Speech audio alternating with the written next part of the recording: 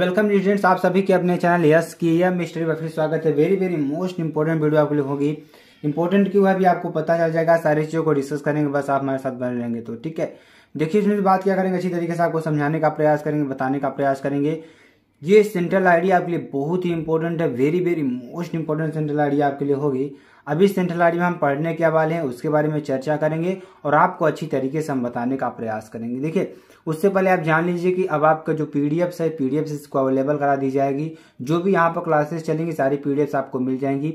वो पीडीएफ्स मिलेंगी कहाँ, skmstudyclasses.com वेबसाइट और skm टेलीग्राम चैनल, जो कि लिंक डिस्क्रिप्शन में आपके दे दिया गया है। ठीक है, चलिए कक्षा 12 सब्जेक्ट इंग्लिश की बात करेंगे। मोस्ट इंपोर्टेंट सेंट्रल आइडिया की बात करेंगे। ठीक है, चैप्टर 4 की बात करेंगे। ठीक है, चैप्टर 4 का जो क्या होगा, वेरी वेरी मोस्ट इंपोर्टेंट, आपको पूरा सारांश सही सारी चीज यहाँ पे समझाने वाले हैं। तो आप लोग जुड़ जाइए अच्छी तरीके से। आपको हम सारी चीजों को एक तरीके से स्टेप बाय स्टेप पूरा अर्थ सहित पूरा हिंदी आपको समझाने वाले हैं। तो आप लोग हमारे साथ जुड़ जाइए। जितने भी जुड़ेंगे वो चैनल को तुरंत शेयर करते रहेंगे और लाइक करते रहेंगे। ठीक है, देखिए इसमें चैप्टर हमारा क्या है, थिंग्स ऑफ ब्यूटी। लिखा किसने है, तो जॉन कीट्स ने लिखा है। किसने, जॉन कीट्स ने लिखा है। ठीक है, जॉन कीट्स आपके लेखक क्या है। ठीक है, चलिए अब इसके बारे में थोड़ा जानते हैं। देखिए things of beauty is an excerpt from Keats first epic poem Endymion a poetic romance. कहने का मतलब कि a things of beauty Keats के पहले महाकाव्य, कीट्स के पहले महाकाव्य, फर्स्ट एपिक पोयम, पहले महाकाव्य इंडिमियन अ पोएटिस रोमांस। ठीक है, अ पोएटिस रोमांस से लिया गया है, यह उदाहरण है। तो ये जो आपका इनका पोयम है कहाँ से लिया गया है, इंडोमिनन अ पोएटिस रोमांस से लिया गया है। ठीक है, चलिए आगे आपको थोड़ा और समझाते हैं अच्छी तरीके से और समझ में आ जाएगा आपको। The poem is based on a Greek legend in which Endymion a young shepherd a poet who lived in Mount Latmos had a vision of Cynthia the moon goddess. अब देखिए गॉडनेस मीन्स क्या होता है, भगवान के रूप में। Moon means चंद्रमा होता है। सिंथिया मीन्स क्या होता है, सिंथिया मीन्स एक तरीके से आप लोग समझ लीजिए कि सिंथिया आपका एक नाम हो जाएगा। ठीक है, विजन मीन्स क्या होता है, विजन मीन्स क्या होता है, देखना है, तरीके से देखना।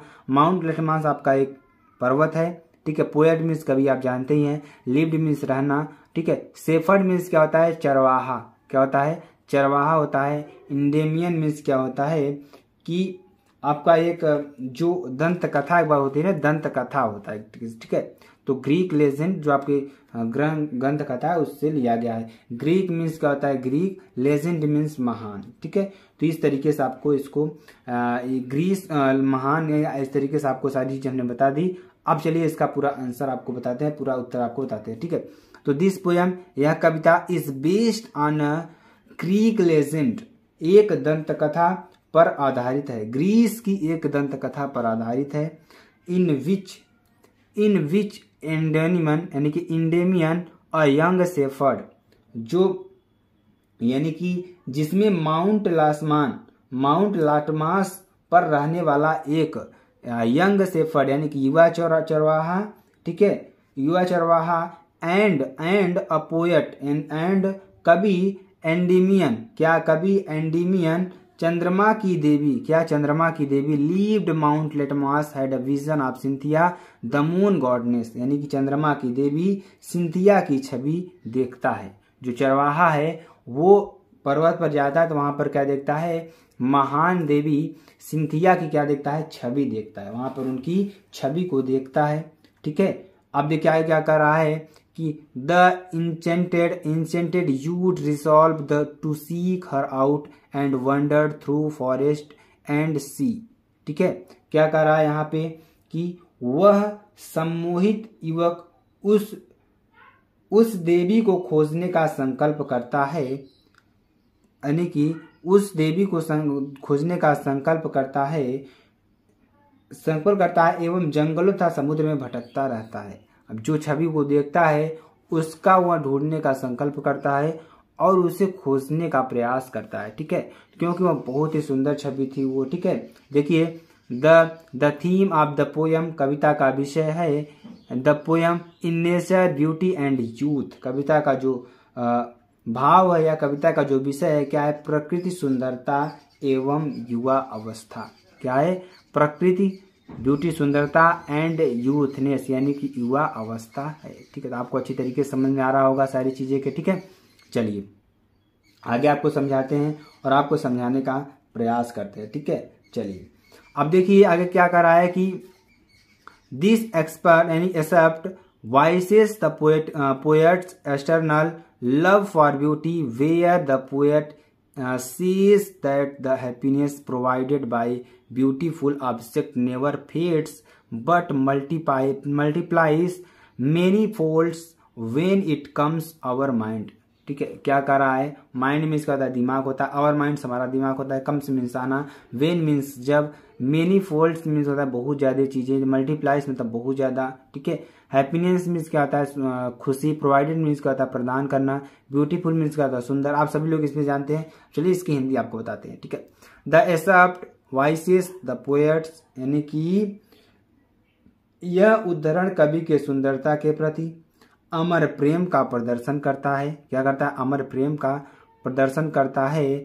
और जहां कवि कहता है कि द पोएट सेज, जहां कवि कहता है कि किसी भी सुंदर वस्तु द्वारा प्रदान की गई, यानी कि द हैप्पीनेस प्रोवाइडेड बाय सुंदर ब्यूटीफुल ऑब्जेक्ट, यानी किसी भी सुंदर वस्तु द्वारा प्रदान की गई प्रसन्नता नेवर फेड्स बट मल्टीप्लाइज, कभी फीकी नहीं पड़ती बल्कि, कभी फीकी नहीं, नेवर फेड्स कभी फीकी नहीं पड़ती बल्कि मल्टीप्लाइज मेनी फोल्ड्स, कहने का मतलब बल्कि कई गुना वह बढ़ जाती है, कई गुना बढ़ जाती है।